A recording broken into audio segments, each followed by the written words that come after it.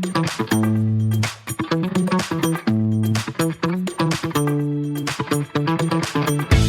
there, I'm Gilad Barash, and welcome to Who's Your Data, the podcast that deals with how data influences life and how life influences data, the human side of data analytics. Hey everybody, and welcome to another episode of the Who's Your Data podcast. We talk a lot about data and AI and how they influence our work in society, but today we really get in the trenches. Today I chat with Mo Villigran, an Associate Director of Insights, Analytics, and Data at Cambrex, a pharmaceutical manufacturing company, about AI projects that she is implementing.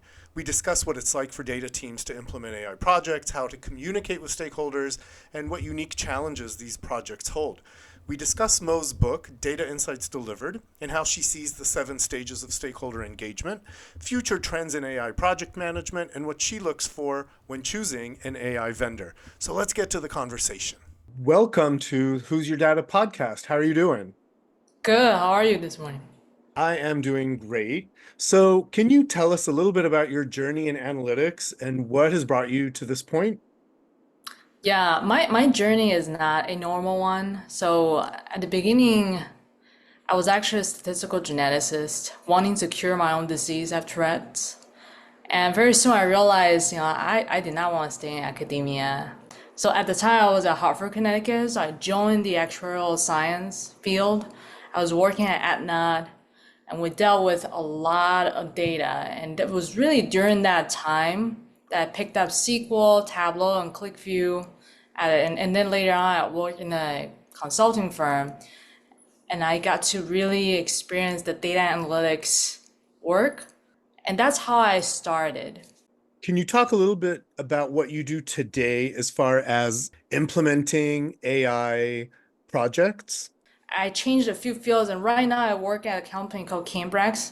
It's the pharmaceutical company, CDMO, meaning we're the contractor of the field that we help clients to produce their API ingredients for big pharma. And right now I lead a small team that we help the stakeholders at the beginning. We do traditional dashboarding. That's at the beginning. I built the data analytics functions from the ground up. The company really didn't have anything about 2 years ago when I joined. And now we have a full-blown data lake analytics platform. We have several dashboards for the board, for the sales marketing team, and several other groups within this our global sites. And then we also recently just had a successful implementation of AI digitization for our manual documents. The lab has a lot of master data that has been documented by hand, and we scan them using AI Azure Document Intelligence. That's the tool we chose to use. It is pretty gratifying to see, how little has grown from nothing to everything, and now we're implementing the advanced version of data analytics, which is, Gen AI. And in June, we're about to implement another tool that's helping our chief data science officer to write a proposal using his historical proposals, and so much more about increasing productivity. And there are many use cases that I talk to different parts of the company to really engage them to come up with ideas how they can use Gen AI to improve their work products, to save them time, to get rid of the mind-numbing, processes that they do over and over again. And I'm very excited, and this is where we are right now. Part of the reason that I wanted to talk to you was, we spend a lot of time, certainly on this podcast, we talk a lot about AI and about data and about how it affects our lives. But what you're doing now is really where the rubber meets the road as far as implementing it and making a difference in people's lives at work and the tasks that they do and how it helps them. And like you said, these are new kinds of tasks and new kind of challenges. First of all, we're presented with when implementing them, but then also your stakeholders are with having to think about what would be useful for them and then how to use it. So can you talk a little bit about some of the unique challenges that you've faced while implementing AI in traditional industries, like you said, pharmaceutical manufacturing, for example? Well, I think that our challenges, although it can be more specific to our industry is not exactly that unique. So for a traditional company, people are very used to what, things are always done. And I understand from that standpoint, our company has really loyal employees that have been with our company for, 10, 20 years. And they have contributed a lot to the company in the past, decades. And so now the challenge is to help them to envision like what can be different, like what is in there for them. It's not like, oh, we're doing it because it's new. It's that, okay, we're doing it because it's gonna be beneficial to you to increase your work-life efficiency. And, I don't even like to use the word efficiency. I like to say, what is in it for you, right? Because Hmm. everything that you implement is a change management. Change management, you must have something for people to latch on. When you change, you lose something, whether it's good or bad, right? You just have to help them envision what is going to be. That's why stakeholder engagement is really important right now. Like, I think it's more important than ever. The deliverable of AI output is not easy to frame because it can be, I mean, the first part that we did is quite easy. We're digitizing the document, so the answer has to be the same as on the paper. So that one is pretty easy. But now when you move to Gen AI, it's user prompt oriented, right? Like the tool can be as great as, if your prompt is awesome, but then if your prompt is kind of, not there yet, and then it won't be able to answer. Or if your data is not there, it won't be able to answer as well. So Right. at the end of the day, like I am very, very focused on engaging with the stakeholders. Like I need to make sure that I learn their process and then they can really explore the full potential of the tool with my participation. Like I don't want them to do it on their own. Now, speaking of learning the full potential of the tool, and like you said, especially coming into a workplace like this where you said there are people there that have been working for many, many years and they do things, they're probably rather set in their ways. Do you find are people threatened by the idea of AI, or what kind of reservations do you find that they have? Are they scared of it, or do they embrace it and are they excited? My company is pretty excited. And I think it's because, well, to take a step back, like, at the beginning when I joined the company, when we push out these dashboards, I did sense a a blurred sense of fear with automation Hmm. because people have been doing this reporting and I can totally understand where the fear is coming from. So I try really hard to make them see that I'm trying to help you become more strategic, not tactical, no, not to. And so I think throughout these past 2 years that we have established that trust that they know what my team is about.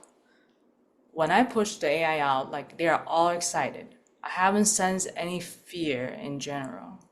So, and our leadership is really for it. Like, it's all about if you're gonna increase productivity, let's try it.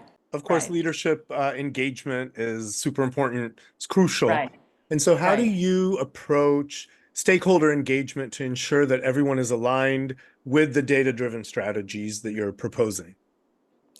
I like an organic approach. I do a lot of check-ins with people. Like, when I first joined the company, I started talking to leaders and team members. I don't really have a specific agenda when I talk to people. I talk to the assistant for the executive teams. I basically everyone. And usually the conversations are open-ended. And the reason is this.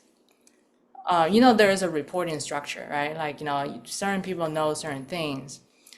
And I am, within IT, sometimes I don't know what other people's goals are. And, I get piece and bits of it. But with this network of check-ins that I have been growing organically, I started to see what everyone's worried about, like what is everyone Hmm. is working on. And with that, I started to form a roadmap that really aligns with our company's goals just naturally. And because we have this trust relationship or have a relationship, that they started to volunteer that information. They're like, Mo, I've been thinking about your team can help me with this. And that actually connects with that team's goal. So now it's really easy. When I check in with them, we have a conversation that is already about they have thought about this. Hmm. We have, now it's about, do you have the time? Do you have the resources? Can we plan in your pipeline of projects this year? And so that's how I approach it. Like I don't do tickets. I don't like tickets. And I'm sure it works for someone. I'm happy for them, but I just Yeah. don't Well, enjoy. yeah, I mean, that's kind of the reactive part of a team that maybe there's some, we used to call it kind of the bread and butter. We used to call it KSR, the keep shit running. It's just like the Oh, day-to-day things that need to get done that are more reactive. But you certainly have to have the time to also work on the strategic and the proactive and to kind of right. move the ball forward. I think that your observation is very astute as far as connecting it to the other team's goals. Companies that I've worked at in the past, they would have these quarterly cross-functional meetings that every team would talk about what their goals are for the quarter, but really approaching it in a way is if you can learn the team's OKRs and what their goals are for the quarter and connect this work to that, of course, that makes buy-in much easier because, like you said, ultimately it's about what's in it for them. Now, do you find that AI products have presented any new kinds of challenges versus the old dashboards and analytics when it comes to stakeholder engagement? For example, if it's more of a black box technology, how do you approach educating them about its capabilities and risks and using it in a responsible way, et cetera? But this is a difficult question. So because this is the first time I feel I'm only slightly knowledgeable than my stakeholders, Hmm. and it was pretty unsettling for me for a short moment. Because I had to lead these projects, and how come I only know just a little more than most people? But then I realized this is a new technology, and I have experience, and I really enjoy engaging with all the different stakeholders and figuring out what they want, what they need. So the new challenge is not the implementation. The implementation is actually a lot shorter than the traditional ones in a sense. Like, the services of AI is given, like, and it's provided by, like, for example, on Azure, it's actually provided as a platform service. So you just need to set up your firewall and then make sure your internal things are okay, and then you can start using it. So the challenge is really stakeholder engagement. It's a different kind of engagement because I cannot frame the deliverable. It's it's very organic. It depends on how the users is asking the AI, if it's Yeah. Gen AI, digitization. So it's very important that we are have. I mean, I'm lucky. Like we are have a strong relationship. People are have strong relationship with my team, but I can't be with them all the time when I use these tools. So I try to have one-on-one relationship with them, like or one-on-one introduction of the tool, so they can see like, oh, this is how it is done, and give them more examples. And I take the time to address each person's questions, and I also take the time to educate myself. I went to several conferences this past month, and it's been very educational. Like, we're all learning together, we're growing together. So it just we have to be very hands-on. It's definitely a shared journey. Now, speaking of stakeholder engagement in general, you wrote a book called Data Insights Delivered that really talks about how to deliver the insights. And so, can you talk a little bit about what inspired this book and what do you hope readers will take away from it? Yeah. So like I mentioned, I built my company data analytics function from nothing, basically nothing, to a full-blown platform with services, AI automation. It was very hard at the beginning. Like I thought of giving up many times. We had a limited budget, very little staff. And I remind myself, I truly enjoy helping people save time on manual reporting. Like, I just think that, life shouldn't be wasted on senseless processes over and over again. And, people's life can be better through data, through insights, make better decisions, not always perfect, but more informative decisions. And because of that, and I also realized, I've been very successful in building stakeholder relationships, and there's a a process in my mind that I went through.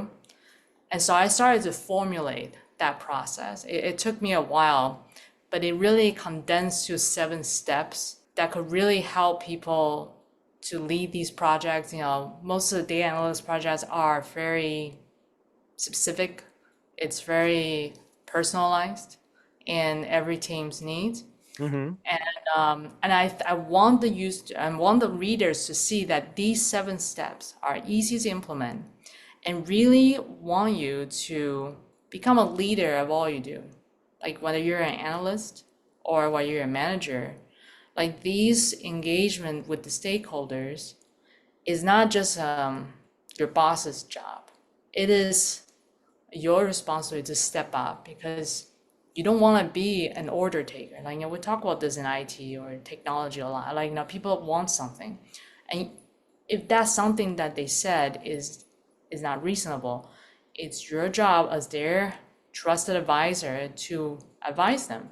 Like, here it is, how it can be better. I'll give you some options, and then this is my professional opinion. So through this book, I hope people can get the sense that stakeholder engagement is very important. You just can't live without it if you want to be successful. And two, like, it is not only for extroverts. I am very introverted. Like, this is not a personality thing. Like, it's just common sense. Yeah, I think it's crucial for a job, and I agree with what you say. It's not just for your leaders and managers, it's for each and every analyst. You have to think of that as well. I really think, those 7 steps that you mentioned also could just be applied to real life in any situation as far as communication. So can you elaborate a little bit about what those steps are and how you found that they can be helpful for effective data and AI communication or life communication? Yeah. Let's talk about just data and then expand to life. So I'm very into like communication techniques because English is actually my second language, and I know that there's syntax issues and little nuances is gonna be Mhm. missed, during translation. So I think the first step, really important, is listen. If you don't remember any 7 steps that I wrote, like at least remember the first step, listen. To listen is on the way to success. So many things that I'm often in a meeting, and then people are just kind of like, one is talking about an apple, the other is talking about an orange, and at the end of the meeting, like no one set any goals, and they're so upset, and it's like they really took the time to listen to each other. And so the first step is listen. And how do you listen? Like, it sounds really nebulous. Like, how do you do that? I like the therapist approach. Like, you act as a therapist. You listen with an open mind. You don't have any assumptions of what this person comes to you for. You just kind of be like, what's on your mind? We're gonna talk about, okay, let's say we're gonna talk about having a Gen AI tool at the company. Mhm. What's your impression about this tool? Let's talk about it. What's your expectation? And then from there, you can see like, oh, okay, they have the right impression or they're a little off. Let's correct the course. What's the timeline? How do you see this happening? And then you can adjust accordingly. The second step is just as important. It's called paraphrasing. I, when you listen, you might think that you listen and hear the same thing, but often than not, it might be different. So you want to paraphrase back. Yeah. There are 3 levels. Like the first one is like, if you don't really know, let's say I'm not really like a finance person. When I hear something in finance terms, I'm just gonna repeat back like you're saying that you would like to see EBITDA in this way and that way. So kind of just get on like a common page. If you are more advanced, like you know more finance than me or and so forth, you can start talking in their language, to speak their lingo. So that really helps with the trust, and it comes with time. Like you're getting better and better. Like for me, like the more I talk to the lawyer, the different departments, the marketing thing, I start to learn their phrases, and I'll enhance my paraphrasing skill, Mhm. so that our communication becomes even more efficient. And after listen and paraphrasing, now you're on the same page. Now you're gonna find the problems. You're like, Mo, didn't we just listen to the problem? No, not so fast, because they often come with a symptom, not the root cause. So you, as a data analytic professional, need to find the root cause. So this process, it takes kind of like a bedside manner. Like, the doctor is, assessing what's wrong with you. And when you find the problems, you gotta find it together. And, help them to understand, like, what you have is, I was like, okay, like, I feel I spent a lot of time doing this report over and over again. That is a symptom. The real problem is actually maybe you guys don't have data lake, or everything is in Excel, not in a database. So instead of having a Power BI dashboard, which is what they need, yes, but implementation wise, you actually need to build some sort of database first. Otherwise, you have a Frankenstein type of technical debt you have to fulfill later on. And so this is something that you have to do it very elegantly, because you don't want to say, hey, you don't have anything. This company sucks. It doesn't have a data lake. You just have to be like, okay, so I see that you need a dashboard, and this is how we're gonna do in stages. In order to have a great functional dashboard, we need to have some sort of database structure. And this is how we're gonna do it. We're doing it 1 quarter, and the next one, and maybe, if you really need a dashboard right now, let's use the Excel file to make your dashboard now, and then we'll automate later. So then they're like, as a patient or as a stakeholder, and they're like, oh, I'm being taken care of. There's a timeline that I can expect. So that you provide solutions, right? You providing the solutions they agreed on, and you want to make sure they are committed. If they don't like it for any reasons, you should stop there and just figure out like why.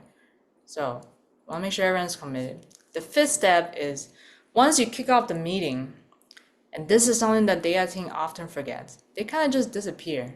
Yeah. It's not that they do it on purpose. It's just they're so busy implementing, right? Like, you're just so excited and you're doing this and back and forth. You must communicate regularly. So how often? It depends on the team. Some teams, they only want a monthly update. Some teams like weekly updates. And my style is I will accommodate every team's style. I know it sounds kind of unscalable. It's really not. It's just good customer service. If I can't do it, I have my team do it for me. Just you have to communicate regularly so they know that you're providing something. I volunteer updates constantly because I want to be proactive. I don't want them to come nag me about information, because by that time the trust is already gone. Yeah. If I keep proactively provide an update, they will know like it's always getting taken care of. The sixth and the seventh step, it's kind of combined. During this process, you're gonna have problems, questions, scope change. It happens all the time. It's not a big deal because you already communicate regularly. Then you can demo in real time. So dashboard is a very obvious example. Like, what kind of chart do you want on a dashboard? And don't say it in the email, just show them, right? If you're in the office, just show them what you're doing on Power BI or Tableau. And if you are, like me, I work remotely, or just screen share. I sometimes do it in real time. I just do formula, whatever, I just do it in real time. They sometimes want to change, the criteria, the labeling, and we just do it. I would even say those last 3 steps, communicating regularly and showing them as ongoing. I would always Yeah. encourage my analysts, show them on a regular basis, get their opinion so in micro steps so that you're always on the same page. You don't show up a month later and turns out you made some assumptions that are really way off base. Like we all, we make assumptions, make them together with the stakeholders and make sure that they quote unquote approve of them, but that at least you're on the same page as you're moving forward. So I think that makes a lot of sense. Yeah, and data is quite complex. It's really hard to verbalize certain aspect of it. Like I struggle with it sometimes. And it might sound more work. I think it's less work. Because at the seventh step, deliver exactly what stakeholders need. Yeah, and it opens up the opportunity to talk about issues. I remember from demos that as we were going along, the project wasn't done, but suddenly somebody, piped in and said, "Hey, those aren't the numbers that we're used to. Turns out we were pulling from 2 different, sources of truth. So that had to be Right, mitigated. Don't want to wait till the end of the project to do that. So all of these things that come up, it's right. really great to communicate regularly, like you said, and be able to work on all of those things. I think this is a great sell process. Like, people will often pitch to me with like a tool and they would just start talking. They don't even ask what I need. Yeah. And it turns out like, why don't you listen first? At least ask me what I do right Yep. now. And then you can see if you can, or maybe this demo is not even necessary. And that you bring up a great point too. When people give demos, I've seen this especially with, when I was working with a company that had a SaaS product, and when they demoed it, I would sometimes join as a subject matter expert, as the technical, and Right, they would just go through a demo of just like, this button does this and this button does that. It's just without any thought of what it is that the potential client actually needs. I really try to teach them to think about a narrative and a story to tell that is relatable. Like you said, what's in it for me, for the client? Why do they care? They don't care about every single button. They care how this is going to help them. And framing the right, demo in that way makes it a lot more interesting. Just highlighting the couple of things, maybe going through a use case where you're not showing them everything that the product does, that's fine, but just the things that are important to them. So definitely right. agree with that. Everything is moving so fast now, especially like you mentioned with generative AI, and tools are coming out and platforms are updating and models are getting stronger and bigger. What are you seeing, or how are you thinking about the trends that are going to shape the future of AI and data analytics in the next few years in the context of the work that you're doing? Yeah, I believe that everything has been done with great intention. So on the implementation side, like I'm not really worried about these new models coming out like at a incredible pace. It's just that everything I do has to be use case oriented. If I don't have a use case for whatever, then the new tool means nothing to me. So that's one side of it. And as for like the future analytics and AI's contact, I think the line between stakeholders and data teams will be blurred. I think we'll all become kind of like a stakeholders because the implementation of AI is getting easier over time. I mean, I am myself, I'm pretty impressed how fast we can implement at scale. And so I spend way more time as a user with my stakeholders trying to see like what this thing can give me and how are we gonna process the data, how are we gonna use it in a legitimate way, a safe way.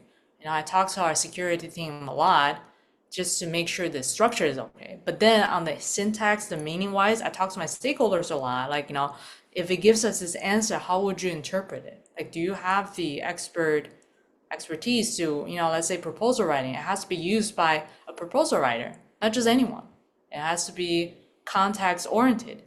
So first, we'll all kind of become a stakeholder in the future. And then the positive side of things is that I sense a healthy dose of skepticism in the field. So Mm-hmm. I think it will help us be smarter to think about things that we can work on that truly matter, and then just leave all the time consuming things to AI. I talk a lot with people who are creating the data or creating the AI models, and you're in a unique position. You are working with AI vendors that will implement a solution utilizing your data that you then present to your stakeholders. When you talk to AI vendors, what do you think about? What are the types of questions that you ask them? What is important for you when you consider choosing an AI vendor? Reason we just went through our due diligence. I think there are three things I'm looking at. Budget, of course, but I realize that the cost of this tool is kind of the same. It's in the ballpark. So Mm-hmm. that's we can put that aside for now. The second is implementation time. There are some vendors they offer one-click implementation, which I'm really interested. Like they have packaged thing that can be implemented in your cloud space, just within your private cloud. And that's actually the one that we chose because we don't want to have another 3 months of implementation from the Sure. ground up. Like it just if someone can do it, so you should. Like, I don't. And then so that's second. Like I want easy implementation. And third is that because OpenAI, they kind of like have a wrapper on it. Everyone has like a wrapper on it, and it becomes like a product, Yeah. right? And it looks like, okay, so they are differentiating factors. So for example, the one we chose is packaged like a platform, and then you can ask answers. You can toggle on and off whether it uses your internal data or use both your internal data and also the externals. So that is a great thing because we don't want the tool to guess. If the chief science officer is writing a very complex chemical reaction that is not available in the model, but it's only available in our data, we toggle that on so it will only spit out the data that we know as an expert.